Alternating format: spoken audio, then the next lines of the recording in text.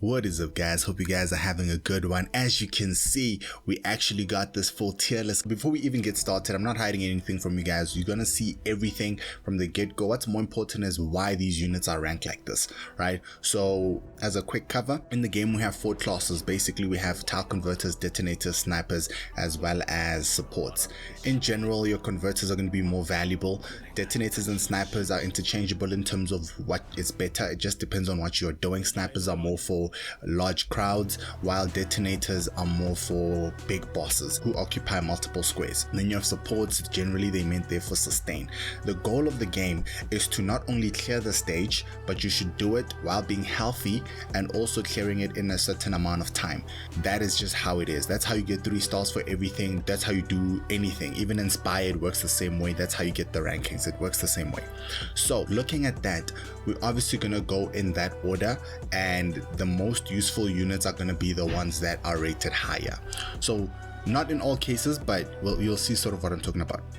So let's start with converters. So we're going to do converters going from overload to C tier, and then we'll do snipers, detonators, and supports in that same order, and kind of explain how everything is sort of matches up and lines up, right? In the overload tier, in terms of converters, we have Hero, we have Iridan, we have who's this, Bethany, and then we also have Raphael. Right, these are just godly, bruh. These guys are just godly in what they do. So in Hero we have a detonator slash tile converter type of character. So she is just insane. Three enhanced tiles, and she basically has control of the map. While moving through those enhanced tiles, she gains an insane amount of damage, so she can dish out damage as well as move around with absolute ease. It's just insane. Iridan is just the epitome of tile converters within the Thunder category. She creates 2 prism grids, which essentially allows you to basically move anywhere you want. Understanding how to use the prism grids is a skill on its own, and it's absolutely insane. And then you have Bethany here. This is for the water side. So now Bethany is one of those who effectively is the epitome of overload status and god mode, right? She ultimately lets you pick any 5 squares that you want to convert into the color blue, which is just insane. Now granted, they're not enhanced tiles, but the opportunity to actually pick any 5 tiles that you want to convert is just absolutely insane. It effectively acts like a weaker version of enhanced tiles or prisms, right? It's slightly weaker, that's why she's behind them, but the freedom of choice is insane. With also the defense she provides is just crazy. And then you have Raphael. She's not up here because she's a converter. She's up here because of her porting is such insanity. So she's probably the most broken healer in the entire game. The way she works obviously is the more blue tiles there are, the better off she is in terms of her healing. She's just insane. And on top of that, while she's healing you, she's also giving you a better chance to gain blue tiles in her active skill, which is the reset. You're not going to use her as a converter, but she does reset non-blue tiles and give you a chance to get more blue tiles, but you must run her with other tile converters to really see her true potential. She's absolutely insane, broken. In the S tier, we have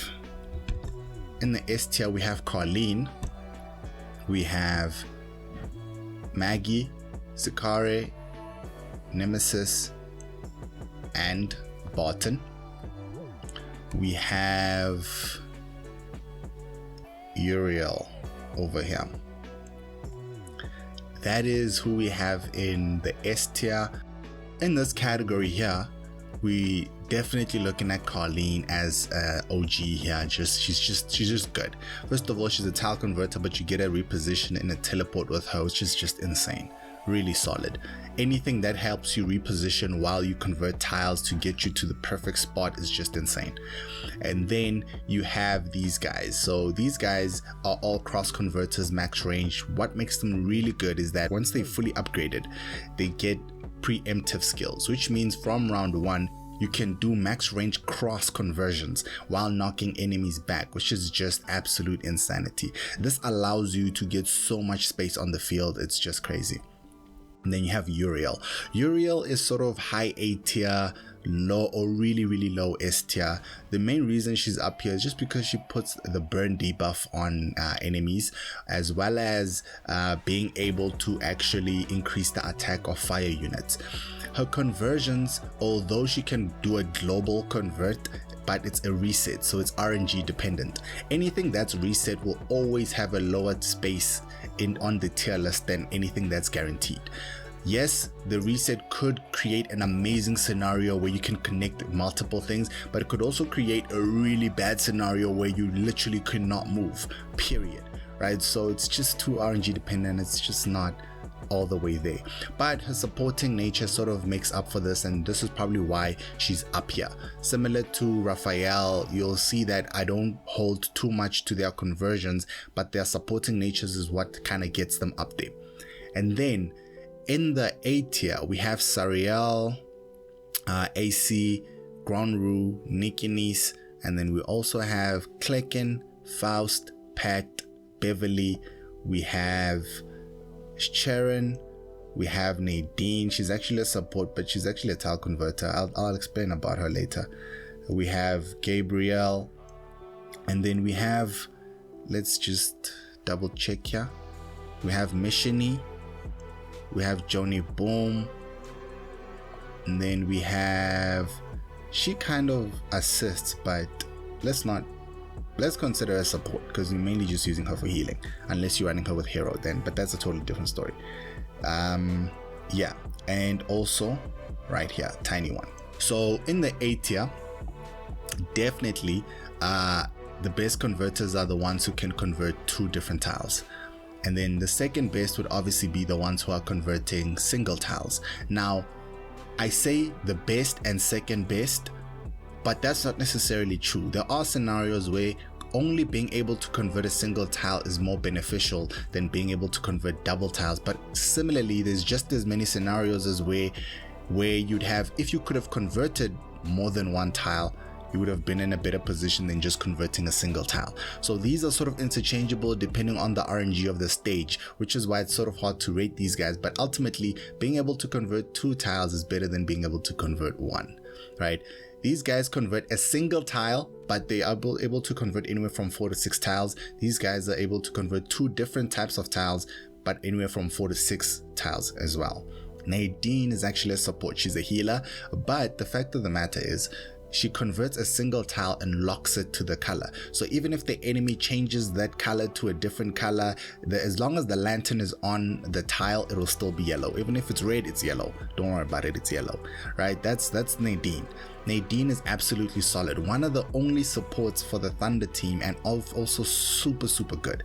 So that's what earns her a spot here. I actually think she's a converter more than she's a healer, because you basically use her to convert just as much as you use her to heal, but she's listed as a healer, as a support. But let's keep it moving. Then we have your Charons and Gabriels. Charon, although I put Charon in front of Gabriel, the only reason for that is because Charon has the column train damage, but that has a knockback, so it can allow you to sort of disengage with your opponents. So it just has a little bit more utility. But all in all, his conversions are much worse than Gabriel's conversions, even though they may be slightly more consistent, which is why he's up front. Gabriel, though, is an interesting one because she allows you to sort of choose any sort of attribute that you want to convert, and she'll convert every single color of that type on the entire stage. The only problem with that is that it's also very RNG, so it could convert into something amazing or it could just be absolutely horrible. It just really depends. Now, she does have an increased chance of generating green tiles, and also the more tiles converted she generates an enhanced tile, but it's generated, right? Key word there, generated. You don't actually get to choose where that enhanced tile goes. She just generates it somewhere. Not as good as being able to just place it anywhere you want, and not as consistent, but she is solid if you have other forest converters and you're sort of just running a team that's just going in there and wants enhanced tile. So she works really well with hero, right? But without hero, she's sort of a hit or miss. And then we have Mishini. Mishini is one of the ones where she is a great support in terms, now she gives you both consistent damage output to all enemies, so it's kind of like sniper damage at the same time while resetting tiles. Not the best because it's RNG again on the reset as well, but it is super solid. If you want a little bit of damage, you also want a little bit of healing, and then you also want some resetting tiles. Johnny Boom is like similar to Mishini without the support element. She gives you some damage output and also some reset on the tiles. She's pretty solid support character type to kind of have in your fire teams. Pretty solid. And then we have one of my favorites actually, right? We have Tiny One. Tiny One is absolutely insane. Tiny One is probably one of the better 3 stars, if she's not the most powerful 3-star. Tiny One, all she really does is a much worse version of Iridan's active, which is she just creates 1 prism grid. That's it. And if you would understand how strong prism grids are, you would see how she earns the spot in A tier. Absolutely insane. You can do this without investing into her at all. All you really need to do is kind of get her breakthroughs done, but that's basically easy, and you don't have to invest a single cent into her, and she will help you and help you and help you. She's just absolutely insane. She's really solid. And then we have the B tier. So when we get to the B tier, we have your Miss Blank, we have Jola, we have Unimet. Actually, let's do this. Let's sort of group these guys together here. Unimet and Ofina. So when it comes to Miss Blank, Jola, Unimet and Ofina, Miss Blank is the most consistent one, though wholly underwhelming outside of using her with Vice, because she synergizes really well with Vice, but outside of Vice, I mean, she's really underwhelming. She does convert a cross, but only 1 square of a cross right around her. Not as good as you might expect, long term anyway. Jola is one interesting one. So Jola resets the entire stage. However, any tile that's already enhanced will retain its enhanced features even when he resets, which is just insane. It's good and bad at the same time because there's an RNG element, so it's also not consistent, but it can be very, very useful in scenarios where you just want enhanced tiles to not go away when you're resetting. Really, really solid. And then we have Unimet and Ofina. Unimet and Ofina is objectively better than Unimet. The only thing is Unimet kind of brings in some utility that you kind of don't see. Ofina sort of swaps 2 tiles together. Both of them are preemptive though.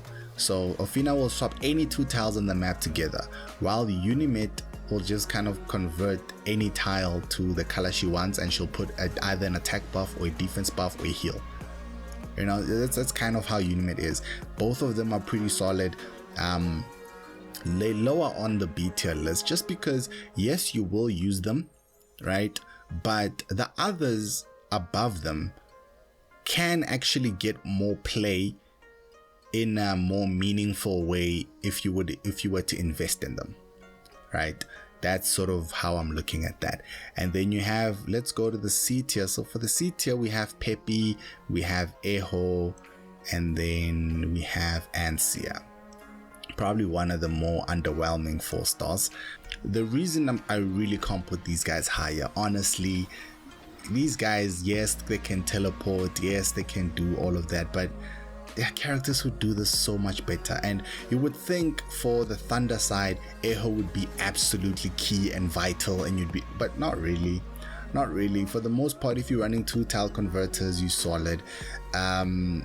Now here's the thing, if you don't have the 2 tile converters, I still wouldn't run Eho. I would probably run somebody like Silva, to be honest, and Silva is Forest, and that's saying something, right?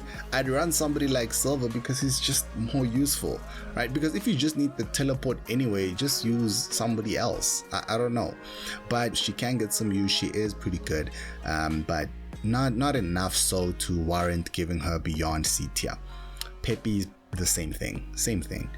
Ansia, super RNG, she doesn't do much. She's in the thunder elements, so she's outshined by a lot. she's outshined by a lot. Thunder is just too stacked as well for Ansia to make any dent. And the fact that her resets don't retain yellow tiles is just rubbish. That's basically it for the tile converters. And change the color to this blue.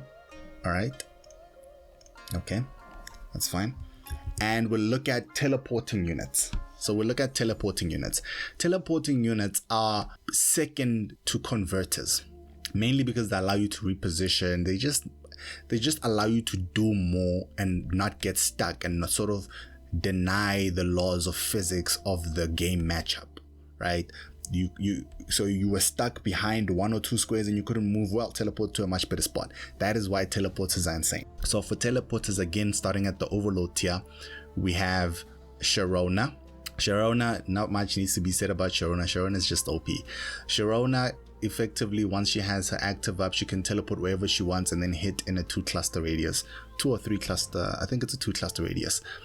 Easy. She's not limited by the cluster to teleport, and then when she gets there, then she hits in a 2 cluster radius. That's just good.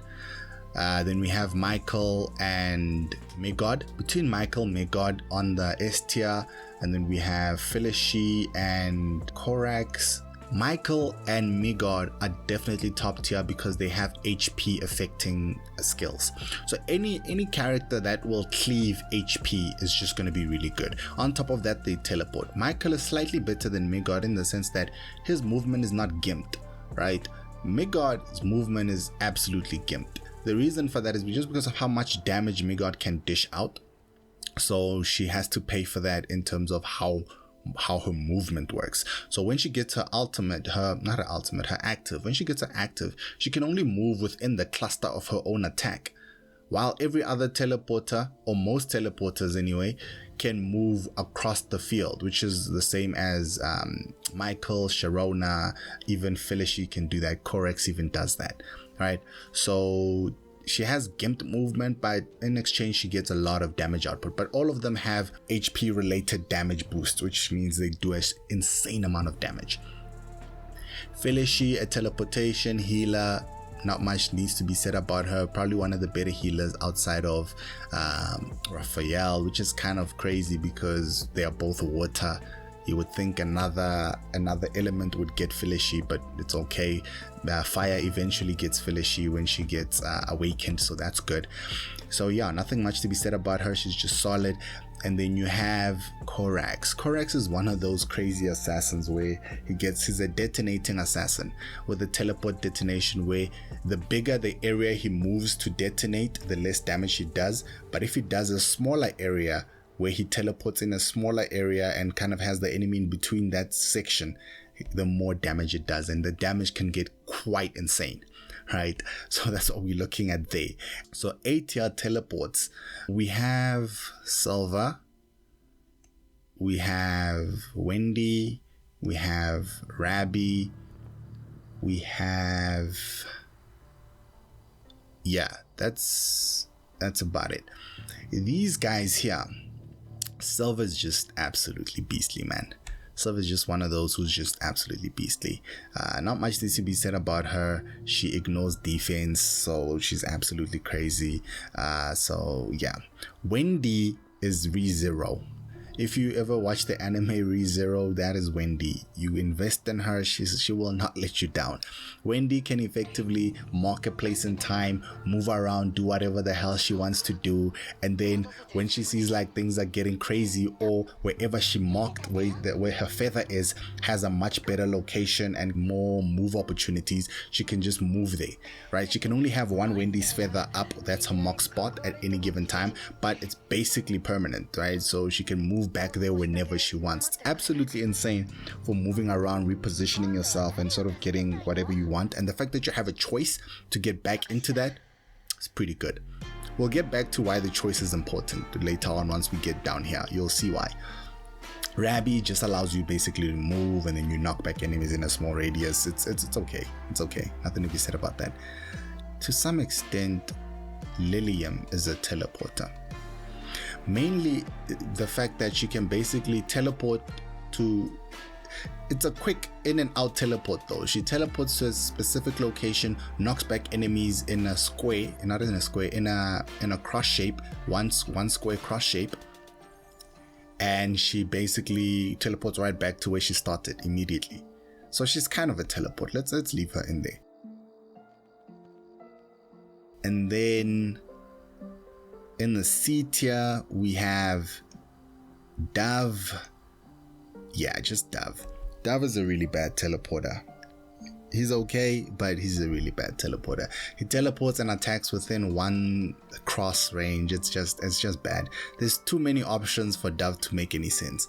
And then finally we have Leah in the trash tier. Leah is just a really bad version of Wendy. Like so bad. Leah marks a spot in time, she moves, but as soon as she hits a chain combo, she automatically ricochets back to that spot. Sometimes you don't want to do that. Sometimes you want to go back there when you feel like it. If you ricochet back, now you're back in the front enemy lines. Now you're back in enemy territory. They're hitting you again, you're dead. Not good.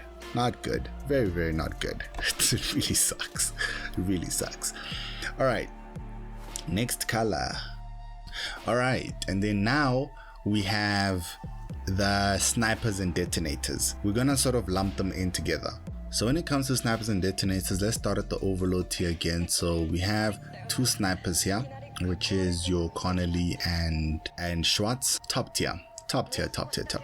In terms of detonators, Sharona is also a detonator, but she's more of a teleport detonator, so she falls under teleport.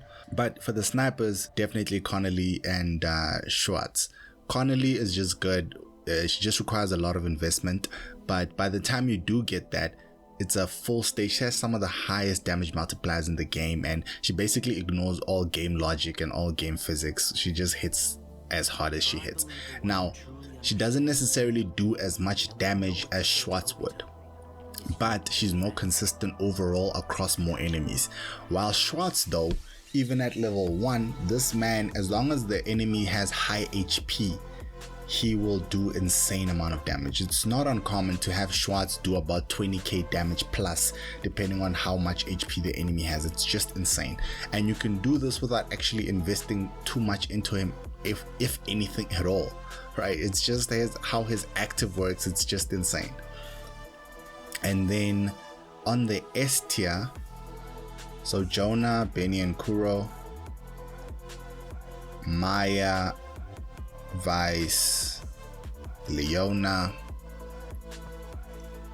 Wrath, Area, Kafka, Constantine. Not much needs to be said about these guys. Jonah is up here because she will effectively reduce the amount of chain combos needed on the fire team, as well as just dishing out a ton of damage.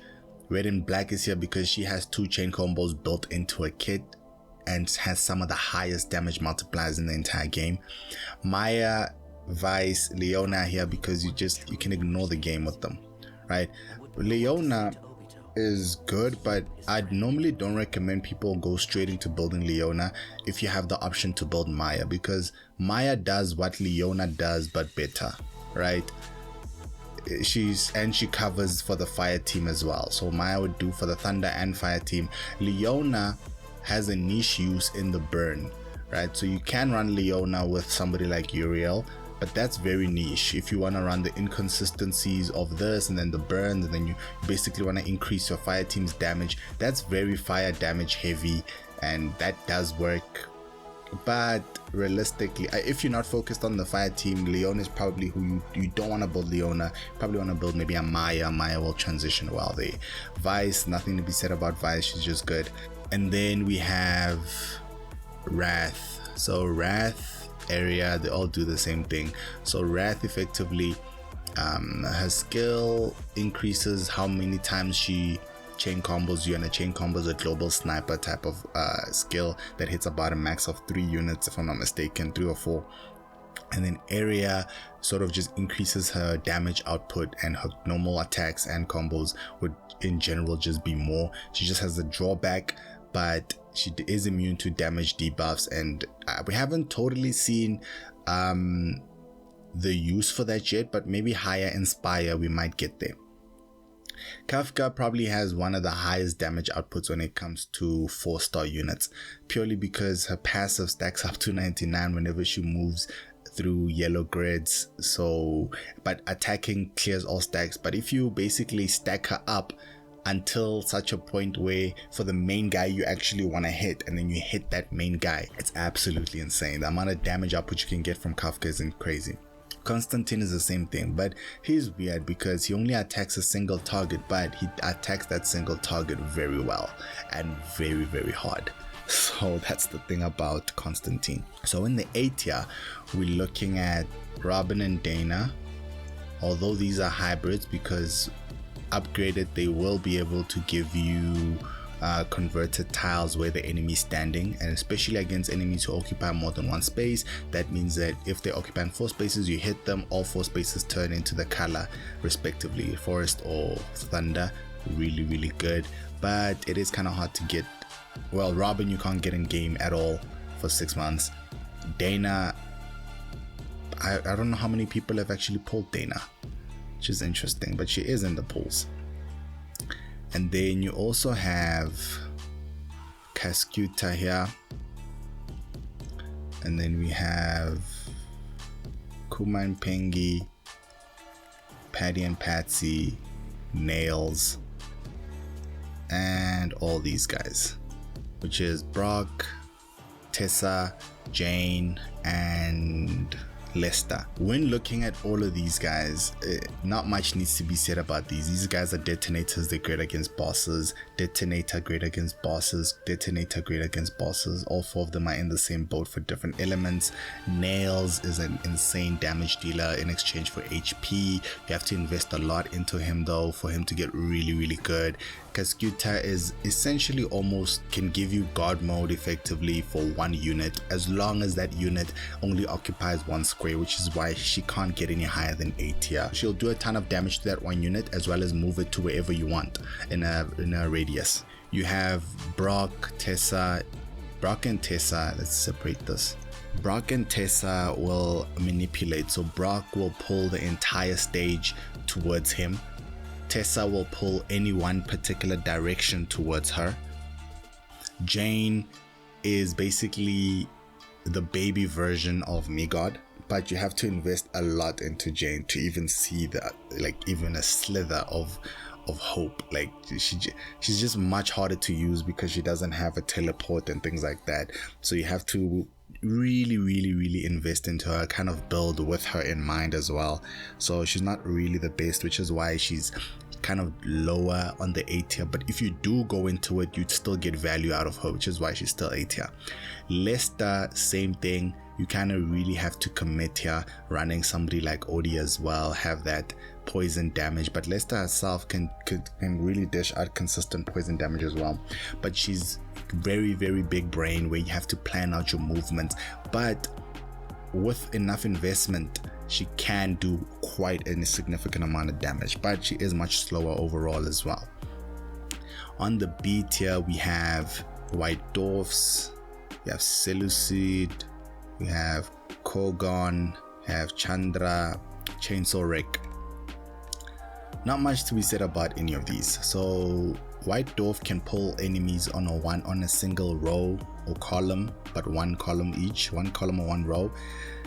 Seleucid, 1 cluster damage type. He's okay. The most useful one probably is Kogon, but he's also really hard to use because he has a radial chase combo, which is not the easiest thing to land, which is why he's here, because it's probably easier to land a straight line than it is to land this radial. And then we have Chandra, who can be okay, but you have to invest a lot into her to get that reset. She has the same reset as well. Like, yeah, you have to invest a lot to really get Chandra going, and honestly you're not really getting much back. She's only a 4-star, so you're not going to get an additional attribute. I mean, it's not that great. Chainsaw Rick, you can use this guy basically unleveled. It's just basically use him on stages where you need to push things around, because both his chain combo and his active skill have a knockback. which can be useful in stages where you need to push those orbs around and things like that, or stages where you need to break things. And then on the C tier, we have Jomu, we have Sobek, we have Angel, we have Clover. Jomu, probably one of the stronger C tiers in 3 stars period. Sobek, a burn generating machine. Angel, sort of like a global random AoE hit. Clover is just, she's just damage. The only problem with these guys is that their stats hold them back, because even if you invest in them, you're not really getting much back, but it could be worthwhile because it's easy enough to invest in that if you just need them for some of the earlier stages, you could do it really quickly and get through it, so that's not a problem. You could use Sobek in a full burn team if you want to run Sobek, Uriel and Leona. That could work out for you. If you're running Clover, you could run Clover into Lester, into OD. OD could work out for you because all of them have poison synergies, so that is good. And then let's move on. On the overload status, we have Barbara. Barbara, probably one of the better supports in the game. You get her, you get 1 copy of her, you get that 5-round cooldown to 4 rounds. It's just absolutely insane. She's the only unit in the entire game that has a stun. Think about that for a second. The only unit in the entire game that has a stun, and it's a global hit and stuns any unit on red tiles. Just absolutely bonkers. It's insane. Then you have Vivian. She's basically the best support for thunder units because she will increase the amount of damage they do significantly so. And then you have Keating. Keating is one of the interesting units where you can basically just throw out a cat and then they'll be aggroed towards that cat, and basically you're moving enemies to the blocks you want them to be in, which is just quite insane. So you can move them out of an area they're standing on. So if they're standing on yellow squares and you want to move on there, you throw Keating out and they will move away from the squares you want to actually move on, which is just insane. On the A tier, you have all of these guys. So your Istvan, Louise, Hydrad, all of these guys here will basically double the amount of chain combos your team can do respectively. None is better than the other, it just depends on what element you're using, but this only works for fire, forest and water. Thunder does not have it, so yeah, maybe one day when it does come out, it's going to be hella OP because Thunder has a lot of chain combo synergies, which is probably why they don't have one of these guys. But yeah, all of these guys do something. So Louise will heal you as well. Istvan is just damage, while Hydrad is like reflect and things like that. The reflect could be interesting, but for the most part you don't want to over level Hydrad. He does what he does well anyway. And then you have OD, Victoria, so we can separate those like that. We also have Uria, we have Noah, Alice, right? So for OD Victoria, we're really just looking at OD is just doing some damage, some poison out there. Her alone is not really the best thing. You kind of want to have her synergize with other people as well. She is good though. Early on she can get some damage out. Later on, not so much. The higher the HP of the opponents, the better she gets as well, so that's pretty good. Victoria is the only 6-star support in the entire game, so she can actually be quite insane if you really think about it, but she's a really bad support in the sense that for her to do supporting things, she has to attack, and on top of that there's conditions for her to actually heal up. So it's yes, getting those conditions when you focus on her and make her your main and things like that is pretty easy, but ultimately when she's not, it's quite difficult. And then you have people like Noah. Noah is probably the only tank in the entire game outside of Bethlehem, so probably the second best tank outside of Bethlehem, so yeah, definitely deserves a spot up there. Then Uria, straight up the typical definition of a healer, but she also really helps out with enhanced green tiles, which is amazing for a hero. Hero's not in the game yet, but definitely prepare your Uria for when hero does come into the game because she's going to be really good. And then you have Alice. Alice is just solid. The fire units don't necessarily have the best support units, so anything really does help, especially when it comes to Alice. But Alice is sort of gimped a little bit by the fact that Phyllis, she exists. So if you really want to support units for fires, all you do is level up Felicia and awaken her, and you have one of the better support units for fire. So you could use Alice, but you won't go overboard because this is only a 4-star. She's only a 4-star, and Felicia is a 5-star. She's a much better investment. And then on the B tier, we have Zoya, we have Chloe. Zoya is straight up healer. Nothing to be said about that, just healing. Chloe is interesting because she does increase the attack of water units. Be it a low number, not many units increase attack, so she is quite useful. She can be good if you do want to invest in her, if you want to just min-max your water team's attack damage. Alright, yeah man, I hope you guys enjoyed the video. I hope you guys agree with a lot of what I've been saying and understand why I put the characters where I put them. If you guys have any questions, let me know in the comments below.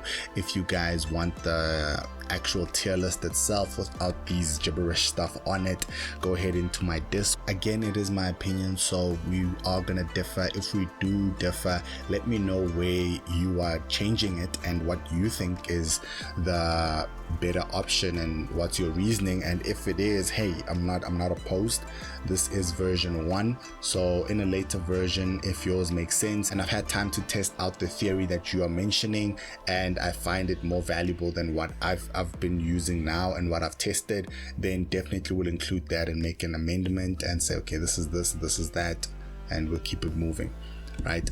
Any unit that I happen to miss for whatever reason, let me know and we will definitely get back to that as well. All right guys, thank you for that one. Hope you guys enjoyed it. Hope you guys enjoy your day. That's it from me. Peace out. Alright guys, just a quick amendment. I actually missed Regina, man. Regina, she actually just slots in between Maya and Vi. She's really solid. AoE knockback, honestly really good. So you know what, she does do what she needs to do. She's not super consistent when it comes to her damage output, but she will get the job done. Definitely S tier.